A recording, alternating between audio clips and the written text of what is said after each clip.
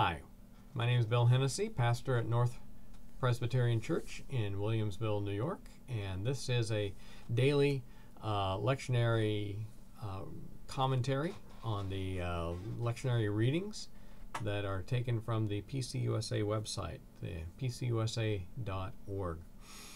And today is Monday, June 15th, and we're continuing to look at the readings from the Gospel of Matthew.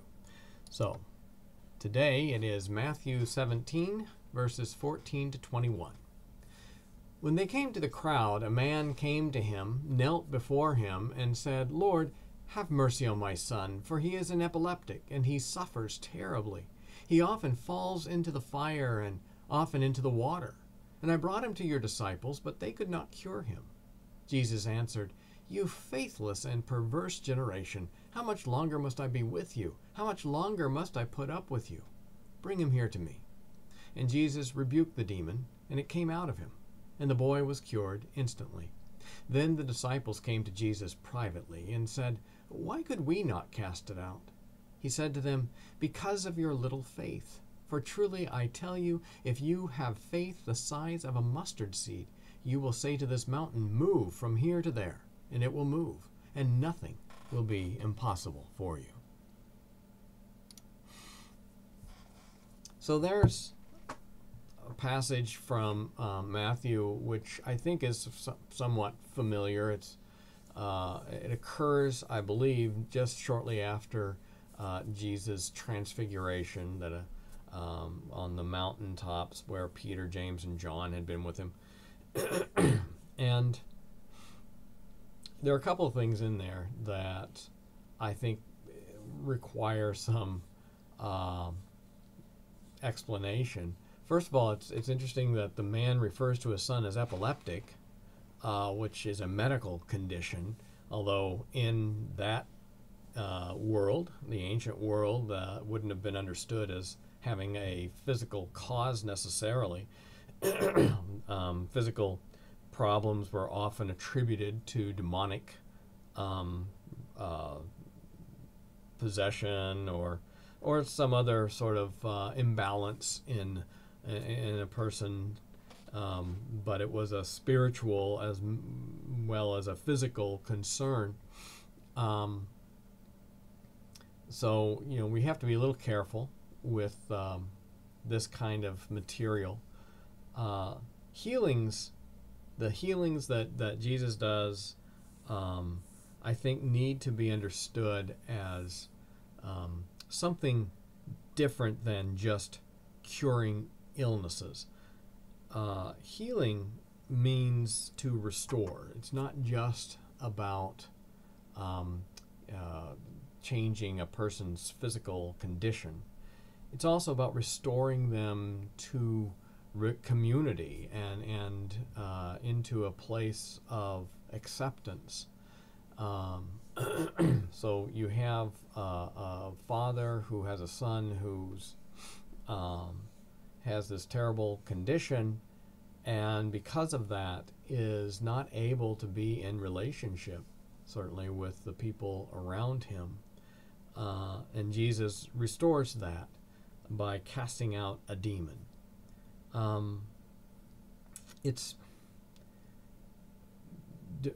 Personally, I don't think that demonic possession is a thing, but many people do certainly still believe in that sort of thing.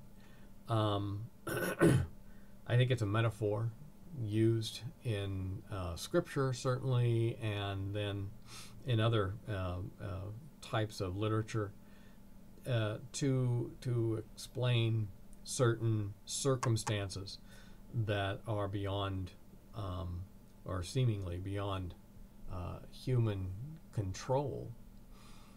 The spiritual and material worlds in the ancient world were very closely entangled with one another. So things that manifested in a physical way often, as I said, were attributed to some kind of spiritual cause. We don't look at the world that way today, and certainly epilepsy is a treatable condition, and one that a modern medical system would not attribute to some kind of spiritual problem. On the other hand, we also continue to live in a world where healthcare is not seen as something that everyone should have access to.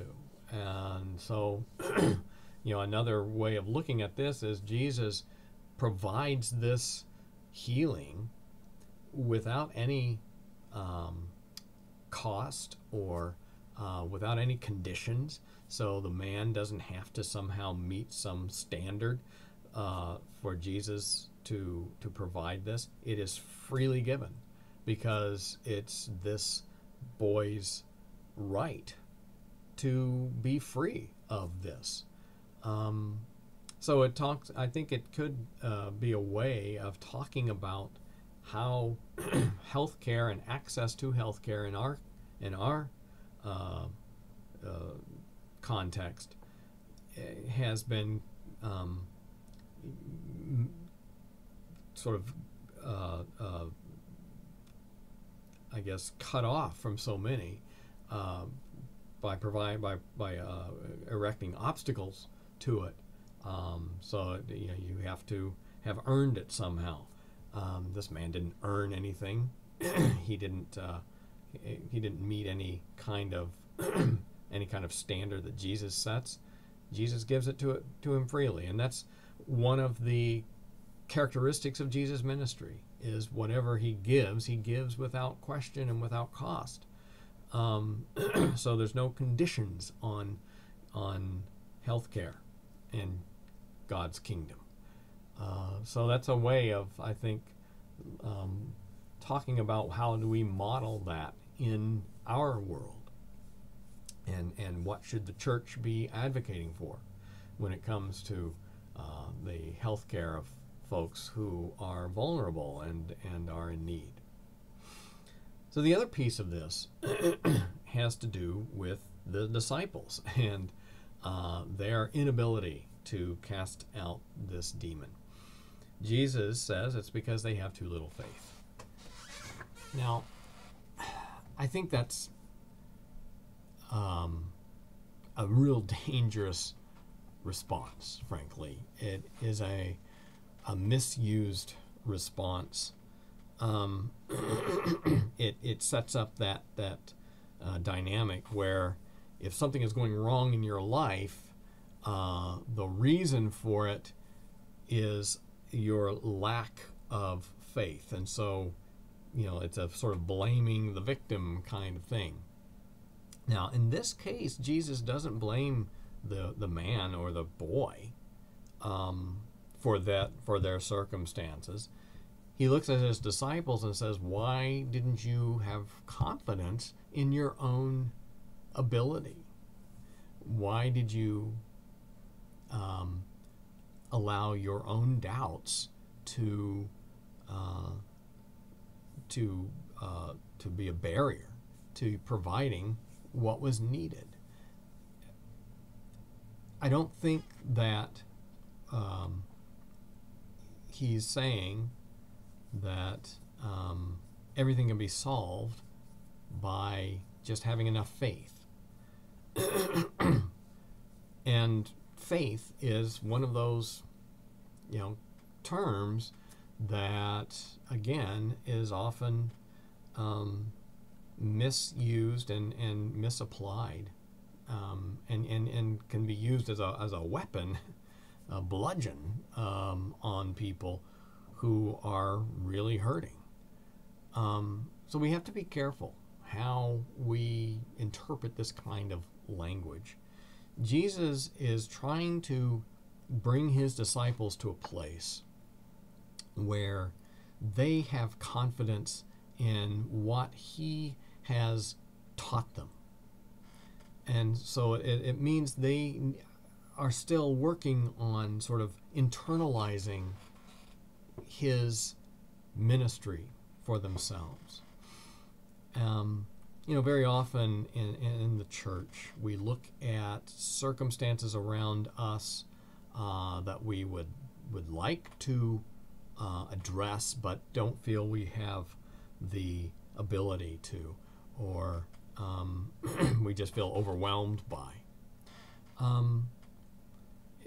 I think in light of a scripture passage like this, what we're struggling with is trusting our own possibilities and our own resources, and sort of assuming that we don't have what it takes. And when Jesus tells his disciples is, you have what it takes, you have what you need. You just have to trust it.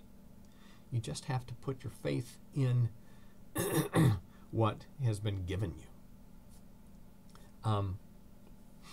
And the church too often fails to do that. We basically give up before we've even really tried, and that is a problem. People lose out because of that, and a lot of good the church might do in the world is left undone because of our inability to trust what we have, to trust our resources, to trust our abilities. So I prefer to see this in that context, in that light, than to say that we ought to be able to be we ought to be able to do miraculous things all the time. The disciples did not then go on to do these incredibly miraculous things. They went on to convey that message of God's kingdom, and putting your trust in that, and therefore behaving in a way that reflects that kingdom in the world. And if the church could do that, perhaps mountains would be moved. The mountains that we imagine stand between us and the resolution of some difficulty, some conflict, some circumstance or social ill. So this is a challenging passage in that sense. It's not an easy one to, I think, simply apply. We need to think deeply about what are the obstacles that we erect to prevent us from doing the kind of work we're called to do. What's standing in the way of our sort of becoming more fully the people in the world that God calls us to be. Usually those obstacles are internal, and they're a failure of imagination. Jesus is constantly calling his disciples to be more imaginative, to think more broadly, more deeply about how God is at work in the world through them. It just fascinates me over and over how Jesus in the Gospels is very seldom portrayed as sort of the sort of singular hero. He's constantly deflecting to his disciples, to his followers, to say, this is your work. I can do it, so can you. And instead of saying, only I can do this, and I will do this for you, so you won't have to. That's not at all the message that we get from him. The message is, you are called to do this kind of work in the world, and I'll show you how. But then it's up to you. So, it's a challenge. It's a challenge for the church every day to be the place it's called to be. So with that, I'll leave you, and I hope that's been somewhat enlightening. This is again, like I say, a kind of a complicated, challenging passage, and I hope you find it worthwhile. And continue to look after one another, to care for one another. Tomorrow afternoon, I will be hosting a Bible study on Zoom, and if you are interested in participating in that, please do send me an email. My email address is whennessy.npc@gmail.com, and I can send you the link to that Bible study. Then I'll be back with this offering on Wednesday. So, friends, until then, be well and be at peace with God.